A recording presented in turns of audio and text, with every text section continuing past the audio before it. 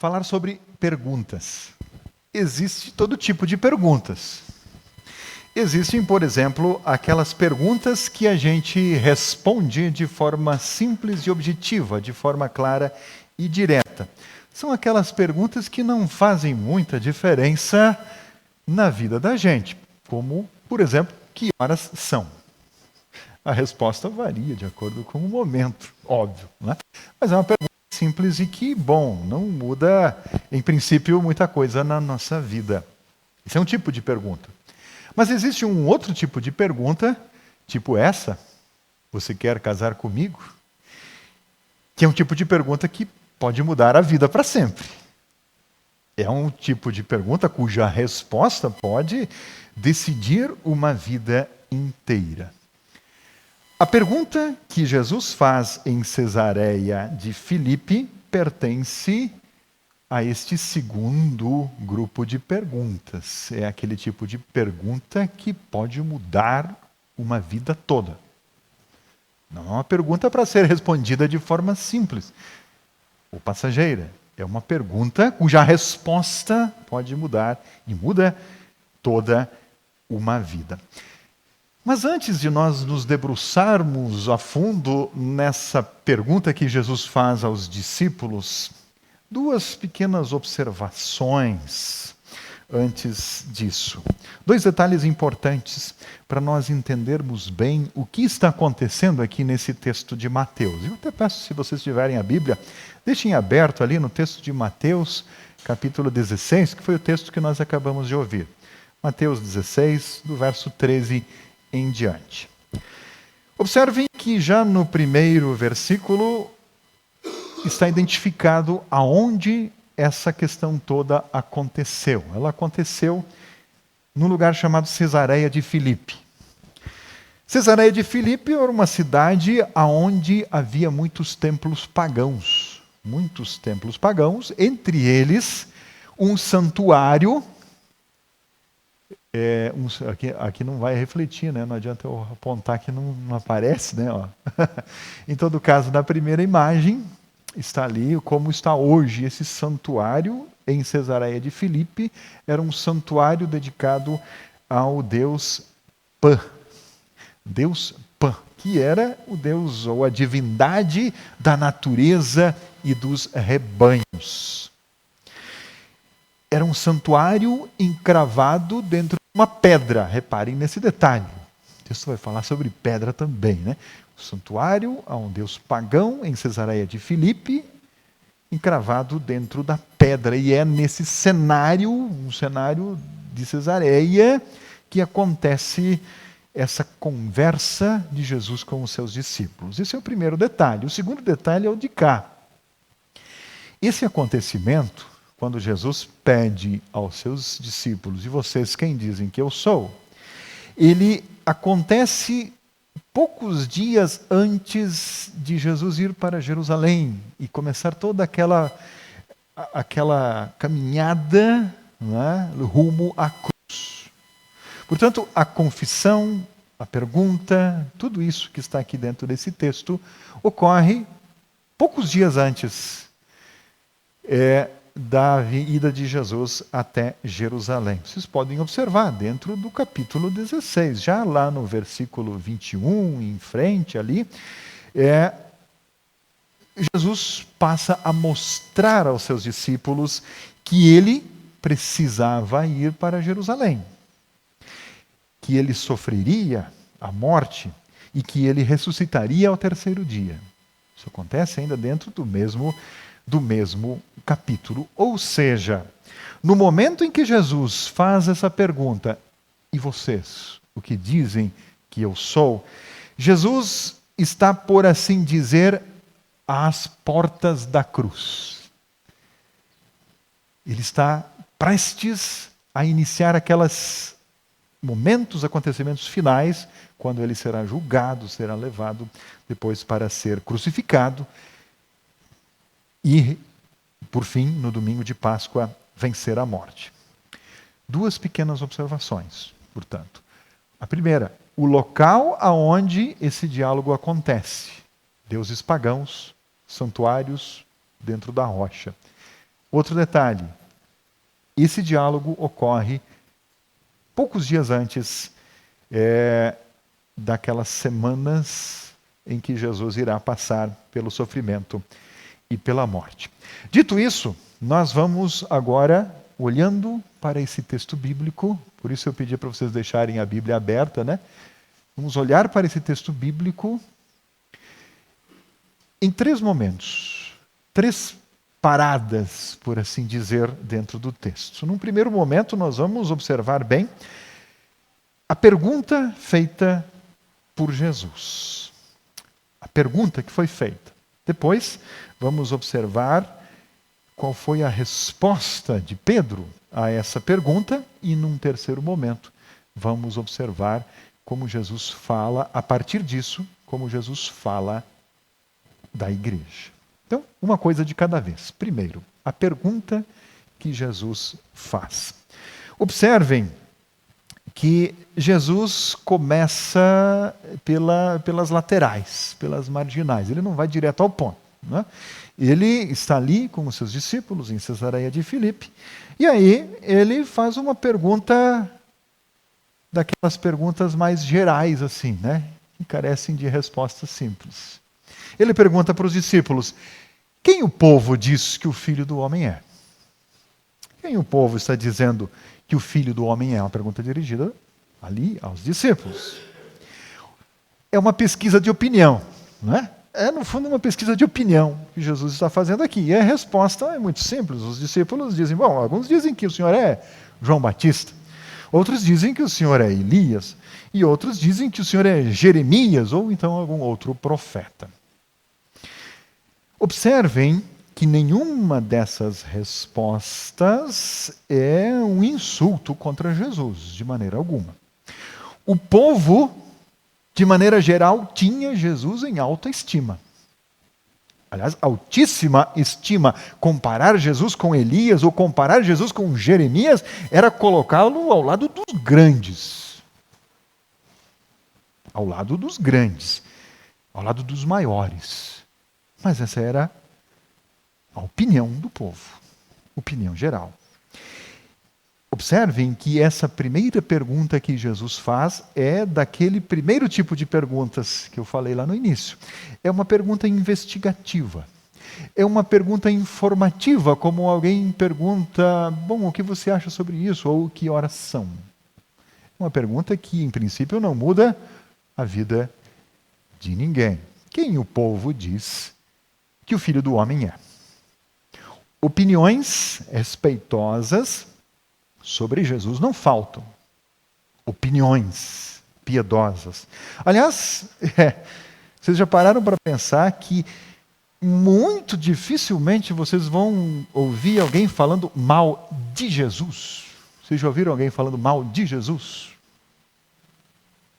Normalmente, mesmo uma pessoa que não é crente, está de fora, tem alguma opinião, mas raramente você vai ouvir alguém falando mal de Jesus. Quase todo mundo tem uma opinião sobre ele. Bom, é um grande mestre da moral. Alguns vão dizer isso.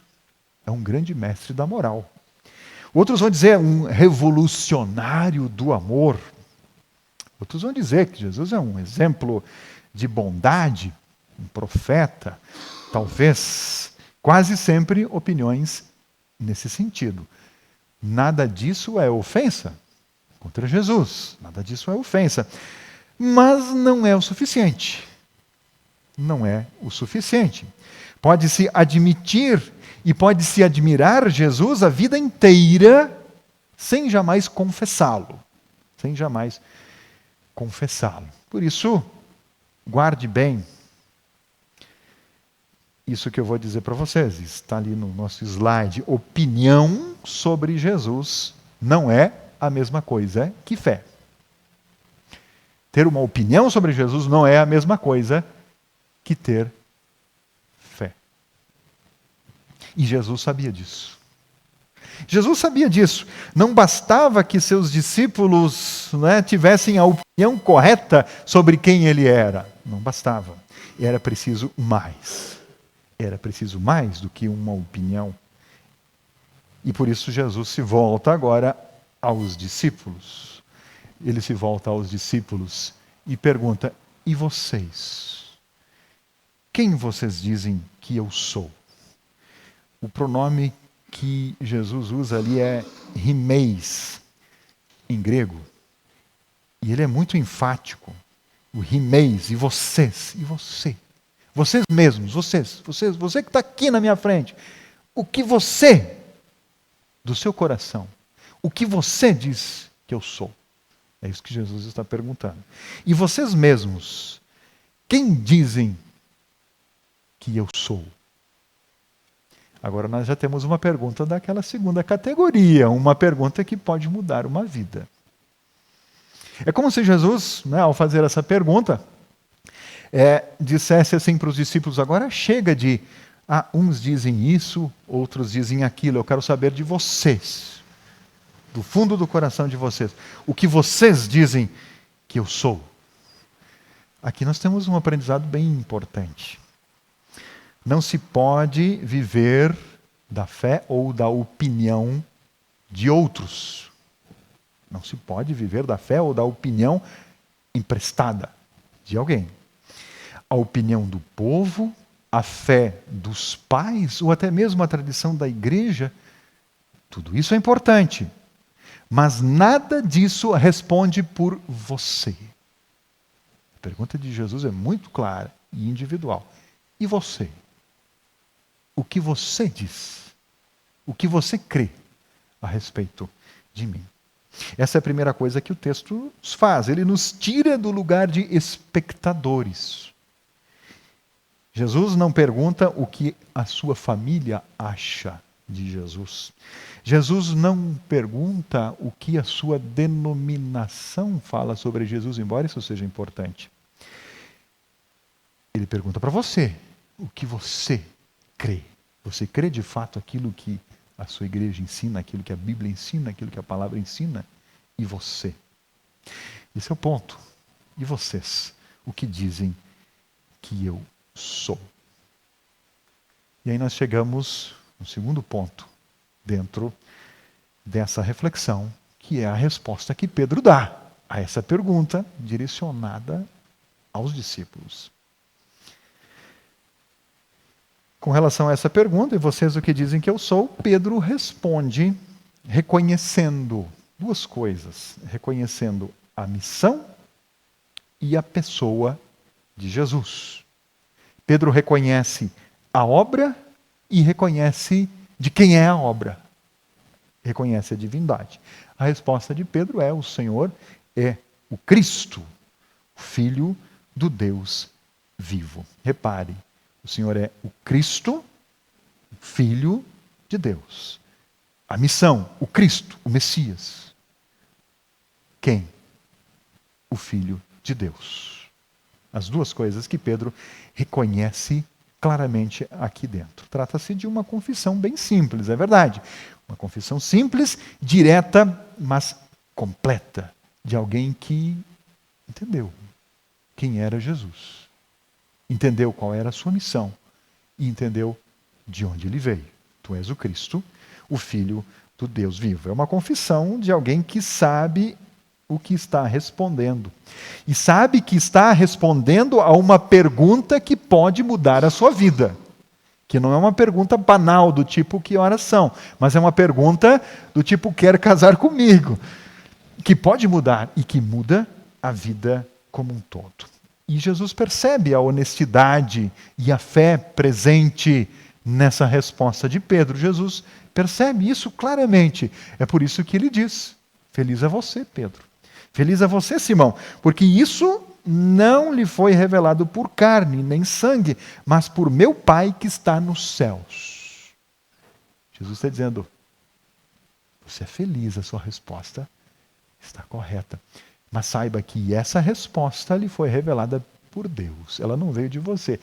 Foi Deus quem colocou no seu coração. Tem a ver com fé, com compreensão real, com apego. A igreja cristã, ela se fundamenta nessa confissão de Pedro.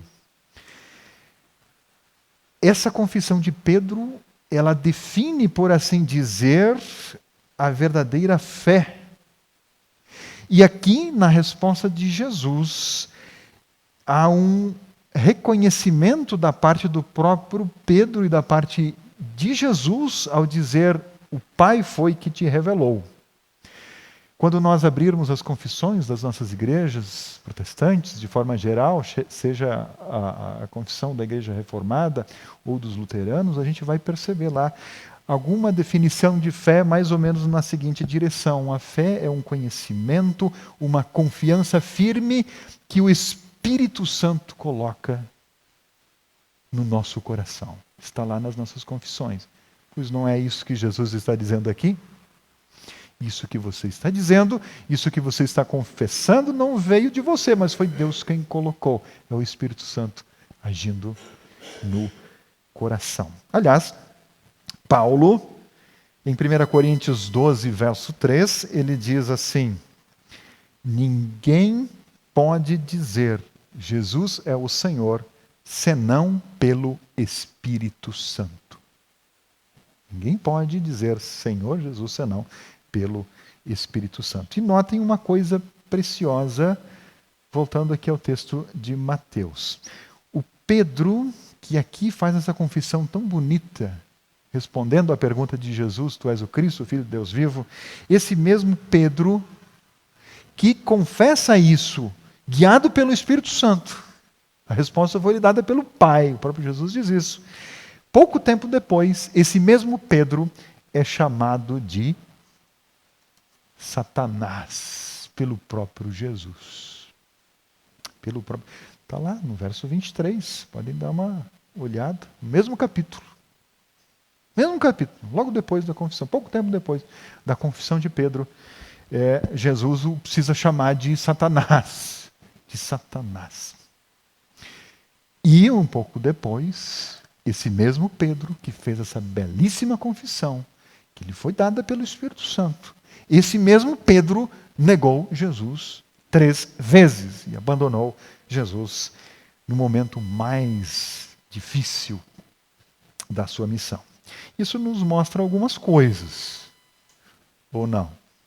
Nos mostra algumas coisas. Primeiro, que, a igreja não poderia estar firmada sobre a pessoa de Pedro, tão instável como era. A igreja não poderia estar firmada sobre a pessoa de Pedro, como alguns sugerem. Um Pedro que num momento confessa de maneira espetacular a sua fé e no momento seguinte precisa ser advertido pelo próprio Jesus. E que nega Jesus. Não, a igreja não poderia estar firmada sobre uma pessoa. Justamente pela instabilidade humana, que foi o que aconteceu com Pedro. Isso é uma das coisas que esse texto nos mostra. E o segundo,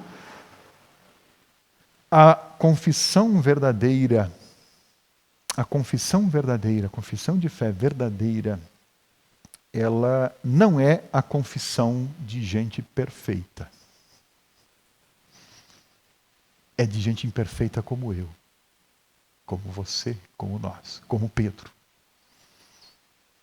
A confissão verdadeira não é uma confissão de gente que se acha ou acha que tem as respostas para tudo. É a confissão daquele que de fato crê de todo o coração. É a confissão que Deus coloca no nosso coração e em nossos frágeis lábios, como foi com Pedro. E isso também é graça. Que bom que é assim. Que bom, porque assim nós também podemos confessar. Não somos humanos, não somos perfeitos. Somos de fato humanos, imperfeitos, como Pedro. Mas é justamente pela instabilidade da nossa fé que Jesus edifica a sua igreja sobre um outro fundamento que não Pedro. Um outro fundamento que não somos nós mesmos. Um outro fundamento que não são as nossas opiniões sobre Jesus. Cristo fundamenta a sua igreja sobre Ele mesmo. Ele próprio é a pedra. Agora não vai mais para frente? Que coisa, não? Alguém mexe ali. Ele fundamenta a igreja sobre si mesmo. E esse é o terceiro ponto. O terceiro ponto aqui na sequência. Vamos ver se vai. Opa, agora está indo. Obrigado. O terceiro ponto dentro dessa nossa reflexão. A igreja que Cristo edifica. Então vejam, depois dessa confissão sincera de Pedro, confissão honesta e verdadeira de um homem que fala em nome dos discípulos, tu és o Cristo, o Filho de Deus vivo, Jesus, em resposta a ele, fala da igreja. E aqui está o versículo que talvez seja o mais falado e mais controverso para alguns, né, da igreja. Na sequência, Mateus 16, nos versos 18 e 19, Jesus diz assim: eu digo que você é Pedro, e sobre essa pedra edificarei a minha igreja, e as portas do Hades não poderão vencê-la. Eu darei a você as chaves do reino dos céus. Tudo que você ligar na terra terá sido ligado nos céus, e o que você desligar na terra terá sido desligado nos céus. Algumas coisas importantes dentro dessa resposta de Jesus. Primeiro, sobre a pedra. Sobre essa pedra edificarei a minha igreja. No grego, existe um jogo de palavras entre Petros e Petra. Tu és Pedro e sobre essa pedra, no português isso funciona também. Pedro recebe um nome que significa pedra. O nome Pedro significa pedra ou rocha. E ao longo da história, muitos cristãos leram esse versículo e entenderam que Pedro seria essa pedra. Pedro e os seus sucessores.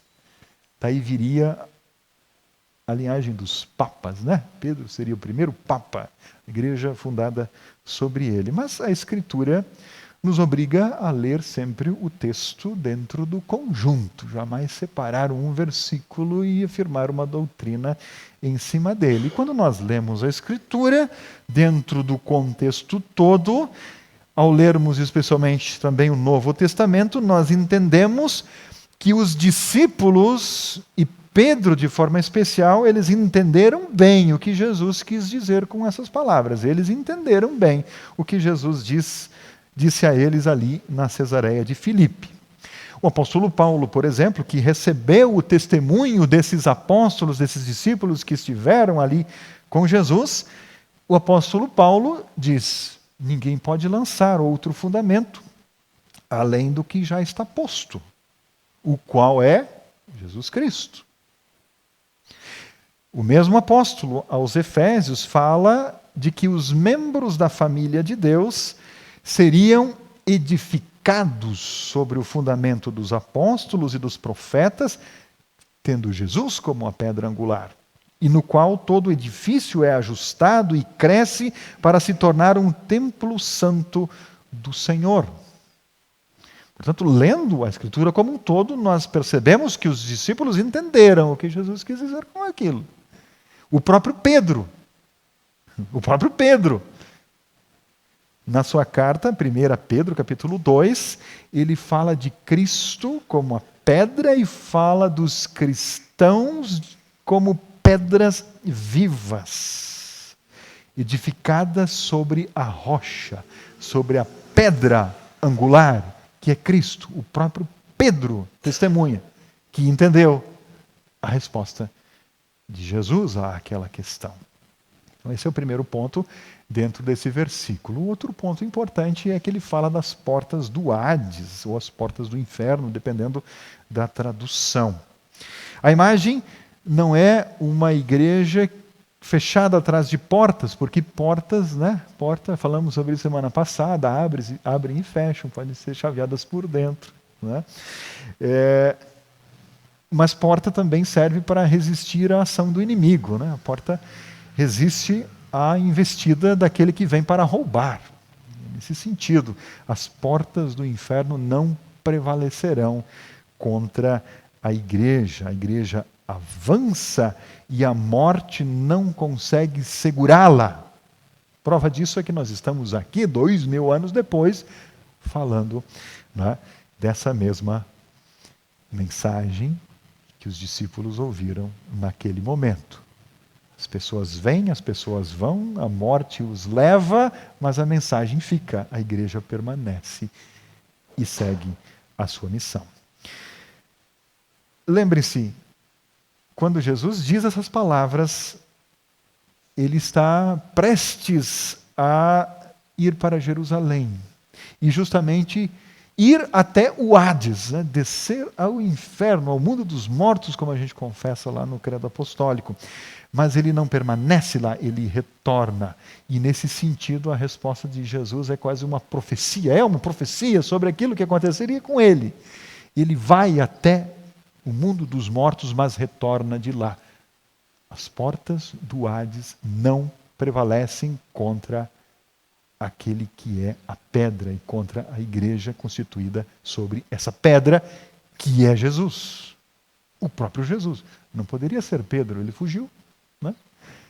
É Jesus, a pedra angular. O texto também fala um pouco adiante sobre as chaves do reino dos céus. Tudo que você ligar na terra será sido ligado nos céus. As chaves abrem e fecham. Jesus está entregando aos seus discípulos essas chaves, no sentido de entregar a eles a autoridade para eles declararem ou para eles dizerem a todos aqueles que de fato se arrependem: perdoados estão os teus pecados. E nesse sentido, abrir a porta do reino dos céus. Perdoados estão os teus pecados. A igreja recebe essa autoridade do próprio Cristo de anunciar: em Cristo o teu pecado está perdoado. Confesse, creia. Né? Em Cristo o seu pecado está perdoado. E nós entendemos bem essa passagem quando nós olhamos para uma passagem semelhante, onde o próprio Jesus fala do mesmo assunto. Ele diz assim aos discípulos: se vocês perdoarem os pecados de alguém, serão perdoados. Mas se não perdoarem, não serão perdoados. Ou seja, pela pregação da palavra, pela Escritura, pela palavra presente e central, né? Central na igreja, a palavra que anuncia, por meio dela o reino é aberto àqueles que creem. E ao mesmo tempo que ele é aberto àqueles que creem, ele é fechado àqueles que, não creem. Não creem. Quando ouvimos os seus pecados estão perdoados por causa de Cristo, isso não é uma opinião do pastor que está falando. Não é uma opinião, é declaração dada pelo próprio Cristo, que anuncia através dos seus mensageiros, através da sua palavra, através do anúncio: perdoados estão os teus pecados. Queridos irmãos, em Cesareia de Filipe, que é o lugar onde ocorre esse diálogo registrado aqui em Mateus 16, cercado de rochas dedicadas a deuses pagãos, naquele contexto, naquele cenário sugestivo, no mínimo, né? Jesus pergunta aos discípulos: quem vocês dizem que eu sou? E Jesus recebe de Pedro, como porta-voz dos discípulos, uma confissão. Uma confissão que tinha sido colocada no coração dele, de Pedro, pelo próprio Pai. Pelo próprio Pai. E Jesus, naquele mesmo contexto, reconhecendo a sinceridade daquela confissão, ele declara que a sua igreja seria edificada sobre aquela confissão, sobre aquela pedra, que no fundo é o próprio Cristo. O fato de Cristo ser o Messias, o Filho do Pai.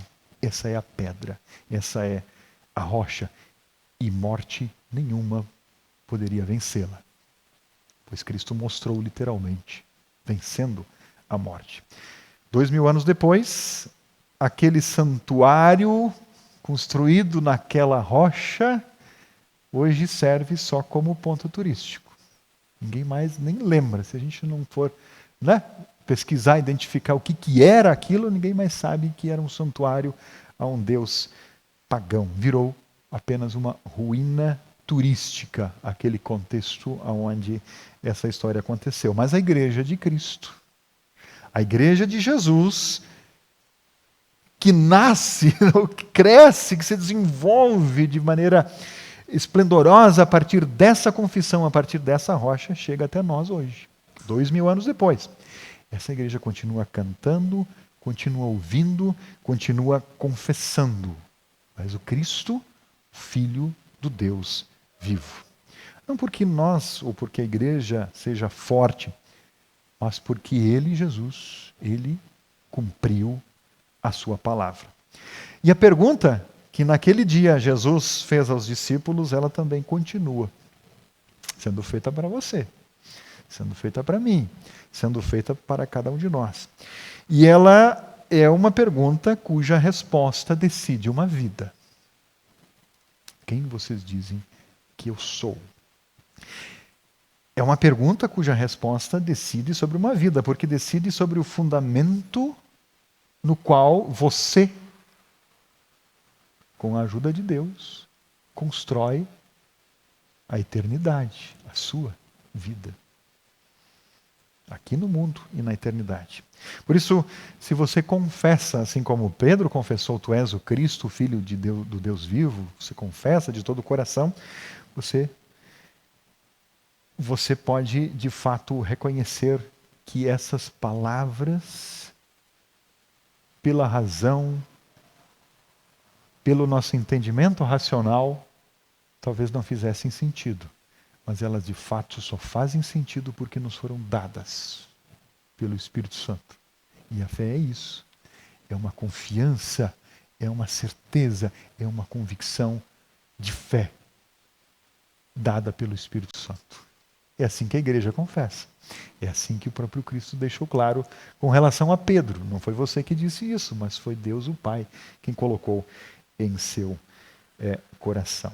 E se a sua fé às vezes treme ou vacila, como tremeu e vacilou a fé de Pedro, lembre-se de um detalhe bem importante. A rocha não é a firmeza da tua fé. A rocha é o próprio Cristo, em quem a sua fé, mesmo trêmula, mesmo vacilante, encontra segurança. Encontra segurança. Amém.